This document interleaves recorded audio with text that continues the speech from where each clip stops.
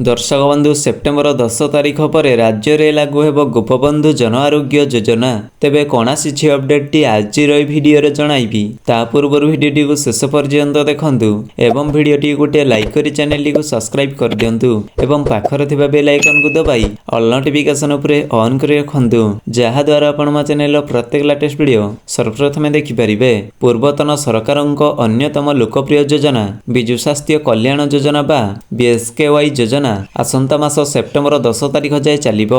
एहा परठारु बीएसकेवाई बदल रे लोकंकु गोपबंधु जन आरोग्य योजना माध्यम रे स्वास्थ्य सुविधा मिलिबो। बीएसकेवाई रे जेतिकी सुविधा मिलुछि गोपबंधु जन आरोग्य योजना रे समान प्रकारर सुविधा रहिबो। राज्य स्वास्थ्य मंत्री मुकेश महालिंग एनै गणमाध्यम को सूचना दैछंती। स्वास्थ्य मंत्री श्री महालिंग कहिछंती बजेट अप्रिसिएशन बिल पास होला परे नुआ कार्ड रो प्रक्रिया आरंभ हेबो। एहा सह बीएसकेवाई कार्ड रो रूपरेखा बदली जीवो।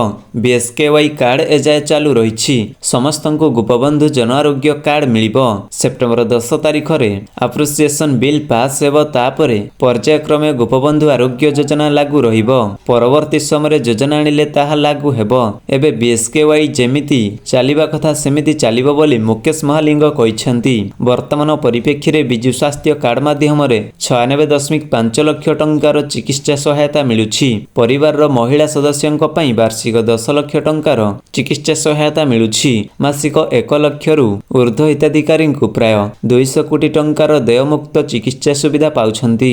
एही सेवा नै हिताधिकारी माने संतोष प्रकाश करुछंती।